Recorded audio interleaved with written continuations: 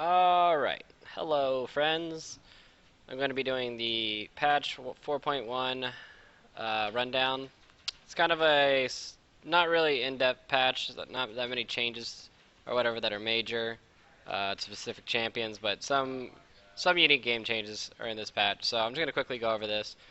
Nivea basic attack projectile speed increased to 1400 from 1100. I think that's just to make it easier to last hit and also to make her a little bit cleaner when she's doing auto attack trades in lane. Q Flash Frost. Mana cost reduced. I never really felt like Nivea had too big of mana problems when it came to using her basic abilities. I thought that the R was the big mana sap on her. So the mana change on her Q is not too big, but 100. If you actually look at the spell, 160 mana for a Q. That's basically from a time of League of Legends where mana costs on all champions are really high, and I just think when they were breezing over a lot of the abilities like Annie's and some of the original champions, they missed out on Anivia and changing her mana values to be more in line with a lot of the newer champions that are coming out. W crystallized mana reduced to 70 at all ranks, basically giving it the same treatment, same philosophy. Anivia is very item. Basically, with Anivia, you have to get a tier of the goddess, and a chalice. Or you have to get a tier of the goddess and a Roa. So I think what they want to do with these changes is they want to make it to where you can have a more dynamic Anivia build. They want you to be able to go like Roa into Death Cap or Tier into Death Cap, and they want you to be able to build these heavier damage builds and not have to stall the game out until late game. Um, Glacial Storm now displays a warning particle over Anivia that only the Anivia player can see when she is close to the maximum range of her ultimate. Okay, so I guess they just don't want Anivia to accidentally leash her ultimate when she moves back, so it's a quality of life change. Annie. Pyromania's stun duration is now shorter at earlier levels, but Summon Tipper's cooldown has been reduced at later levels to compensate. So stun duration now 1.25, 1.5, and 1.75. That's down from 1.75. I think this is to... Basically, right now, Annie's level 2 and level 3 all-in trade is extremely powerful. Having a 1.5-second stun on demand that you can just sit there and hold, and is potentially AoE if you hit a good W, is really devastating for the lane.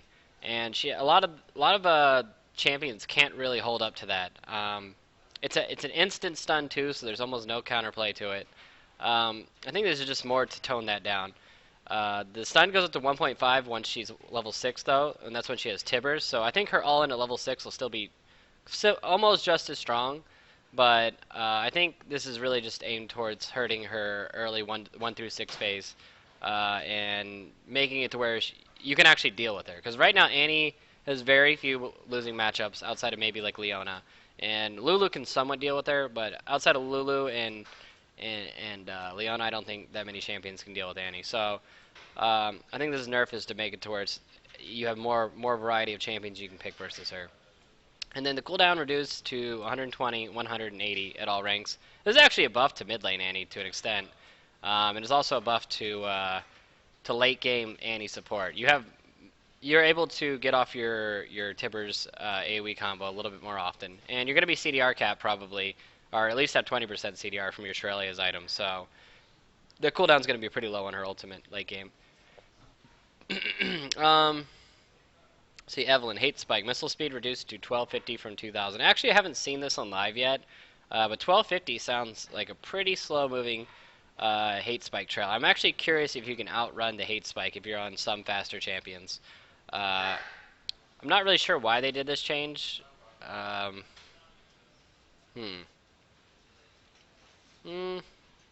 Yeah, I guess it's so that she just can't properly kite people, and she can't, like, over-chase people. I think that's what their goal is with it. I mean, just reading the notes. But I never really felt like that was what made Evelyn truly strong, was the fact that she could kite a little bit or chase you down a little bit. I felt what made Evelyn strong was her potential burst damage, and nothing really got changed with that. I mean, they changed Ravage's damage over to physical. Maybe you'll see some Triforce Eve come out, or maybe some more DPS-oriented builds like a Ghostblade, or something along those lines that factors in CDR and AD. But I think that the Ravage change is going to hurt a little bit for Eve, because you can't just build Void Staff or Leandries and get massive damage out of just having some pen. because Ravage is a 1-to-1 ratio ability. Like it's her main upfront like heavy hitting ability. And since it's physical now, maybe you'll see people building more towards the auto attack Eve, and they want to make her E, and the maybe build to make her E very strong. So, yeah, I think you're probably just gonna see people try out AD Eve. AP Eve will still be viable, but it just won't be as strong since it's physical instead of magic. And Agony's Embrace now grants the shield instantly, instead of the 0.5 seconds later after the projectile is returned to her. I think this is a huge buff to Eve because I can count so many times where I'll be playing Evelyn and I'll throw out my ultimate when I'm trying to bait people into me getting low, and I want to bait them with my shield, and I'll throw out my ultimate and I'll do the ultimate damage, and I won't get the shield for it, so I'll just instantly die after that. Um, it'll be a lot nicer now that Eve you can predict that you're going to get the shield a lot easier, and I think for higher level Eve play, that'll be definitely a big buff to her. What do we got? We got Janna. Now begins channeling immediately upon activation of her ultimate. That's a pretty nice change. It makes it more reliable for stopping people who gap closers. Like if Kha'Zix jumps in on your carry, you'll be able to more reliably ulti him out. A lot of the gap closer champions are going to get hurt by Janna's ultimate like this. It'll be a lot easier to stop their jump-ins. The total channel duration has been reduced to 3 seconds from 4. I like that a lot because I don't like standing there with Janna healing and just sitting there with my ultimate on for 4 seconds, because 4 seconds is a long time to just be standing there and being a sitting duck target. I think 3 seconds is a pretty good amount of time, and also on top of that, it heals for a ton now. The heal per second got increased to 200 at max rank. They increased it by 50 at max rank, and then on top of that, they also increased the ability power ratio, and it's 1.8 now. So I know they nerfed the AP ratios on some of her other abilities, but the fact that her ultimate now heals for 600 at max rank and is a 1.8 ratio, that's actually pretty huge. So maybe you'll see some Jannas that are going to run some AP Quints or something like that, and they'll have pretty big heals. Even at level 6, the 300 heal with the if you're running like 20-30 AP, that's a pretty big heal. That's actually going to counteract pretty much any ultimate that could come. Like if an Annie ults your squishy for 200 damage or 250 damage, like that ult's going to instantly counteract that.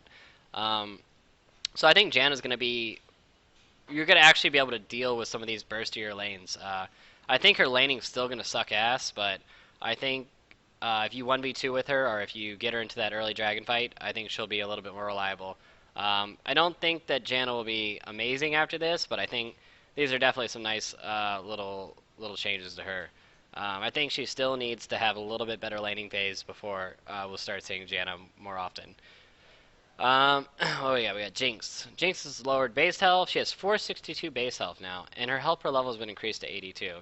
I think Jinx is kind of a lane bully with her W and her chompers, so I think this is kind of trying to hurt her laning phase a little bit more, because not only does Jinx have one of the best late games and late game scaling out of any champion in the game, but she also had a pretty strong lane phase before, so I think this is aimed to hurt her lane phase a little bit. They don't want her to be able to make it out of lane so easily and to have so many good matchups against champions. So, and then standardized arm time to 0.7 seconds on chompers.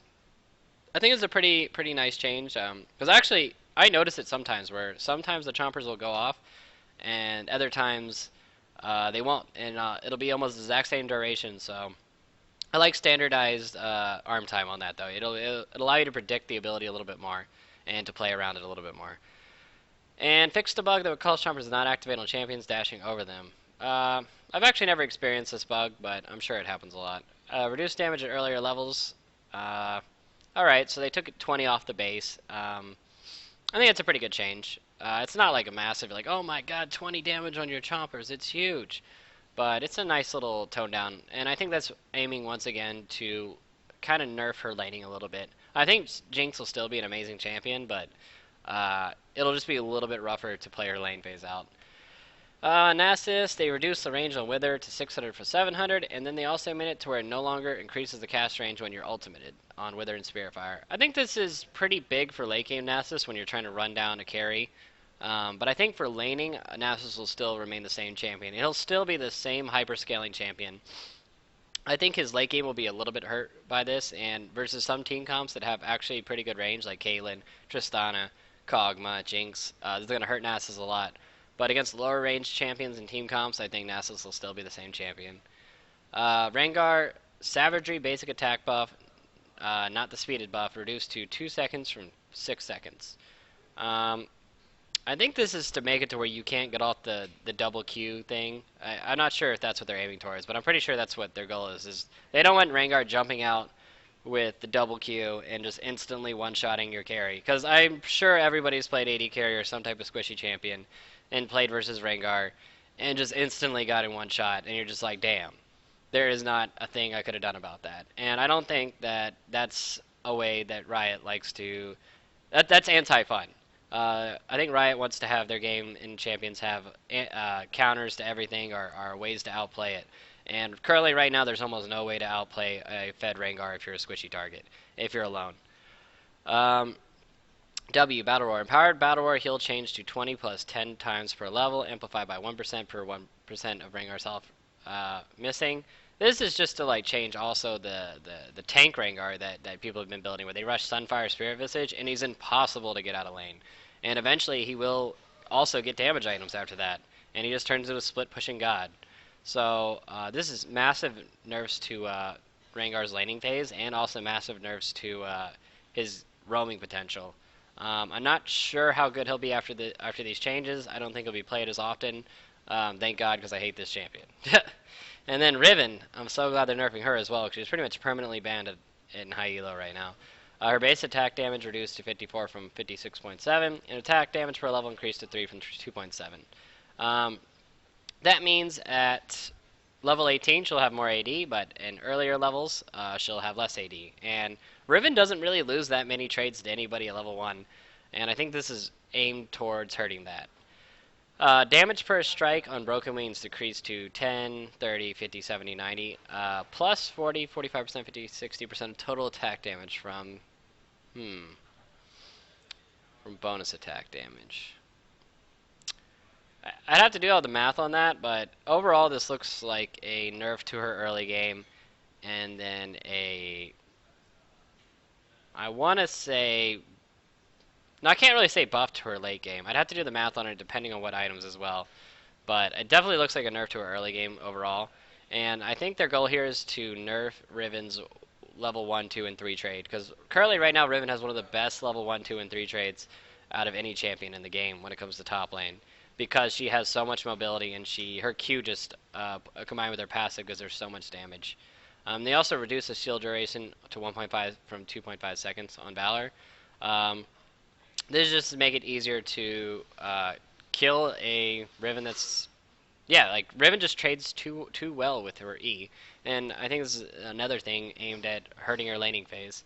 They don't want Riven to be just this split push god, beat anybody in lane, scales completely out of control, and they want you to be able to pick more variety of laners to deal with Riven. Like currently right now, Riven does not have that many counter picks, so yeah. Hopefully this tones down her laning phase a little bit, and she'll actually be manageable. Shyvana. Shyvana's another one of these champions that has very few losing lane matchups, and even if she does lose the lane matchups, guess what? You can actually farm the jungle and go and roam around and do stuff like that. They nerfed her burnout base damage to 20. They basically nerfed all her ranks by 5. And then they also, the minimum magic damage reduced to 60. Yeah. This is actually not that big of a change, to be honest. Lowering it by 5, it's like, it's a nerf, but it's not an insane nerf. Like, even if you look at the max rank, 595 to 560, that's a drop in the bucket. That's nothing. That's not that big of a damage nerf to her W. I think this will tone down her laning phase a little bit, and she'll still be really strong though, and her jungle will still be pretty strong too. She'll still be able to power clear it out. It just won't be as incredibly broken as it is right now. And then Flame Breath, damage reduced at earlier levels. I think this is not only to hurt her laning phase, but it is also to hurt her 1v2 ability. Because right now, it's very easy to last hit with the 80 damage Flame Breath E on multiple targets when you're 1v2ing with Shyvana. And it's also really good for getting free harass because it costs no resources to throw out your Flame Breath every time you use it. And I think that's kind of their goal there, is they don't want high base damage resourceless abilities like Flame Breath. They need to tone down the numbers on that because it's a resourceless ability. Dragon's Ascent damage now correctly matches the tooltip. Um, I didn't even know that it wasn't doing the damage on the tooltip to begin with. Not really that big of a change. I mean, technically they're not even really changing the ability either. Because, yeah.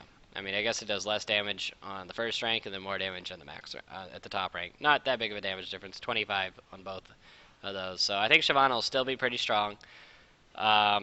She'll just be slightly weaker in lane. Your channel was edited. Okay. Microphone muted. Sound muted. I hate cop. Anyways. Thresh, Dark Package. Dark Fashes. Now shows indicator particle to nearby allies to indicate that it is a clickable object. Wow. It's basically come to the point where you need a giant flag on Thresh's W to tell your allies that they can click it. I guess this is for more like lower elo, where they're like, oh, I could click this lantern to save my life. This is terrific. Lantern now has small collision radius. I think, I'm not sure if this is, I'm not sure how that's going to be. Maybe they don't want it to be where you can throw your W into a thing of minions and it'll just go under the minions. I guess they wanted to move a little bit when it gets thrown into minions, so it'll be a little bit easier to click. I think that's their goal with that. And then the box delay on wall formation increased by 0.25 seconds. Not really that big a deal. I think it'll be a little bit harder to layer your abilities together if you CC somebody, but if you hook into somebody, put down the box, and then flay them into it, it's going to work every time still. So I think this is just a hurt catching people with just your ultimate alone. But his combo will still be the same. Yasuo now properly applies 10% critical damage strike reduction to static shiv critical hits, and improve the functionality of his E sweeping blade Q to steal Tempest combo. Yeah, it's pretty ridiculous that static shiv would crit almost every single time and crit and crit for the full percentage. So I'm glad that they nerfed that. Static shiv felt like too strong of an item on him, especially in laning phase. All casts now automatically smart cast. Moonwall no longer blocks friendly Syndra's orbs, so I guess you can't troll Syndras anymore that are on your team. His R now grants maximum flow on cast. I guess that just makes it where you'll have your shield instantly when you go in, which is pretty nice. But you were already almost getting maximum flow just because the distance that you were covering usually when you ultimated. So that's not that big a deal. Spell animation shortened by 0.1 seconds. That's like nothing. That's so short. And now less likely to be teleported out by enemy spamming flash. I've never experienced that before. Now properly alerts spectators and allies when it is on cooldown. Oh, okay. Caitlyn's Ace in the Hull, fixable ace in the hull visual effects will continue even after the projectile was destroyed by its target, becoming untargetable. Caitlyn players should now have better visual feedback for when their ultimate will not hit the target. I've never experienced that either. Darius. Noxian Guillotine. Duration after kill when Darius can recast Noxian Guillotine increased to 20 seconds from 12 seconds. Nobody even plays Darius, and this is not the change that he needs to become truly viable again. I guess it'll make it easier to get pentakills with them, who knows. Fiddlesticks. Fixed a bug where Terrify would cause enemies to flee in a straight line rather than in random directions. I think this is to where like you fear somebody and then they run into your turret. It's going to try to stop things like that from happening. Fiora. Fixed a bug where Fiora could teleport while casting Blade Waltz. I've never seen a Fiora that would want to TP while doing that. So, okay. Spirit of the Dread on Hecarim. Now, Mount Heal now correctly matches the tooltip at 20% across all ranks from 10, 15, 20, 25, 30%. Okay. I didn't even know that the ability was like that. I guess that's just a bug fix then. Hecarim will still be the same champion. He still has major mana problems. Still same champion. Fixed a bug where martial cadence would sometimes trigger on towers. I play a lot of Jarvan and I've never had that happen. Kind of weird. Lux, this is just to make it to where when you die, your ultimate, you still get it. It'll like won't go on cooldown. That's just whatever. Malzahar, Nethergrass now halts the target movement if they are being moved by a friendly target, dashes, jumps, etc. Okay, so I guess I wonder if you could take Thresh Lantern still while being Malzahar ulted. Or I want to see how this looks if it stops in midair. I think this is just a nice little change for Malzar for catching people who move around all over the place and sometimes jump out of your abilities. So that'll be nice. Nami, same treatment as Lux, where you still get your ult even if it goes on and you die, and it won't go on cooldown. Fixed bug or pushback traps could be placed in walls. If Nidalee casts a trap that would fall on a wall, the trap will instead be placed in the nearest. Okay, I don't. All right, it's not really that big a change for Nidalee. Olaf's slow reduced to 29% at rank 1 and reduced by 10% at max rank. This is, I guess, to nerf Olaf's early game power. His chasing ability at low levels is insane. And if you get hit by that axe at low levels and he keeps chaining it on you, you're just going to die. And also, it'll tone down the slow on the axe at some of the later ranks. Olaf will still be a really good champion, but his early game prowess will be down a little bit. I think he'll still be very good, though. Talon's E now teleports Talon slightly further behind his target. I guess this is just for chasing ability. It's to make it to better stick to your target. I'm not 100% sure on that, though. Because I guess what would happen is, like, if the target was moving very fast and you eat on top of them, sometimes you would be right next to the target and you're not really gap closing far enough as you'd like. Wildcard, target indicator update to show the individual target lines. Okay. Rabadon's Def Cap. Tooltip now displays the amount of ability power gained from its unique passive. I think that's really nice for interpreting how powerful the item is and how much gold value you're getting out of it. So that's a nice little change. This is a big change, actually. Spirit Visage. The cooldown reduction has been reduced by 10%. And right now, in the current patch, I think Spirit Visage is above and beyond the best magic resist item in the game. And it makes it almost no point to get Banshees in many cases, just because the 20% CDR is such a nice thing. Before, when I was playing a tank, I would, even if I was CDR capped, I'd be like, well, Spirit Visage is still just a better item, you know? Or if I was close to the CDR cap, even if I wasn't even getting the maximum CDR out of it. Spirit Visage gives similar health to Banshees, and it has 20% CDR on top of that, plus the amazing passive with the healing. I think Spirit Visage just overshadowed all the other magic resist items too much. I think the 10% reduction on it is pretty nice. It'll still be a core item in a lot of champions' kits, but you won't be seeing Spirit Visage second on almost every single tank champion in the game. Maybe people start going more towards Banshees or maybe even a Maul. Who knows? Sunfire Cape, magic damage changed to 25 plus character level from 40. This is to make it to where you won't just get the Sunfire and automatically win the lane phase. I think it ends up evening out at like level 9 or something like that, or somebody did the numbers on it. Basically, you have 2 levels where the Sunfire wouldn't be doing quite as much damage as it would have before. But right now, basically, you get Sunfire on almost any champion top lane, and you will even or win the matchup. So I think that's what their goal is to stop that. We'll see if people keep getting it. I don't know. I don't know if I'm going to get it. I have to see how it feels in game first. We really like. Okay, so this is actually interesting changes to the jungle items. How they basically took the spirit stones and they took the regen off of them and the main passive, and then they added it to where 8% of damage dealt to monsters as you get back as health and 4% as mana. I'm actually not sure how I feel about these changes. I personally think the regen is better because while you're walking in between camps and walking to do a gank, you're regenning that 14 health per arrow 5 and the 7 mana per arrow 5. So this actually hurts roaming junglers and ganking junglers a little bit. Also, it's a nerf to AoE junglers as well. Single target DPS junglers, though, will, I think, maybe get and power farmers will get a slight buff out of this. I have to play with the item a little bit more and see how I feel about the item in game. But at least, in my opinion, just by looking at it and like thinking about the numbers in my head and thinking about how regen affects roaming and walking between lanes and walking to gank, I think that this is a nerf overall to the items, at least in the early and mid game. And it also hurts it when before you'd have the Spectral Wraith or Elder Lizard or an Ancient Golem, you'd be sitting there in front of a tower sieging and you're regenning that entire time. Now, you're not regenning anything. You're not getting any health or mana back. So outside of the jungle, you're not getting any real effective stats. So overall, I think this is definitely a nerf to the jungle items. Turrets. Outer turrets no longer gain bonus armor and magic resist for the first 8 minutes of the game. Top and middle lane turrets now have 20 damage reduction from champion basic attacks. So I'm actually really curious what this does for the 2v1 lane swaps, and if it will keep people staying bottom lane in the 2v2. If you do decide to rotate your 2v1 top, yes, you will lose your bottom tower very, very fast. But I think this is kind of too strong of an advantage for blue side, because blue side is now the one that gets the option to do the 2v1. Um, because, actually, no, never mind. I take that back. Yeah, no, no. Uh, hmm.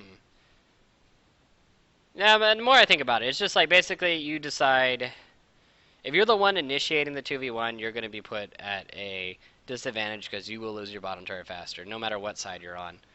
Um, so yeah, I think this is actually a pretty nice change. The more I think about it, we'll see how it affects 2v1ing though.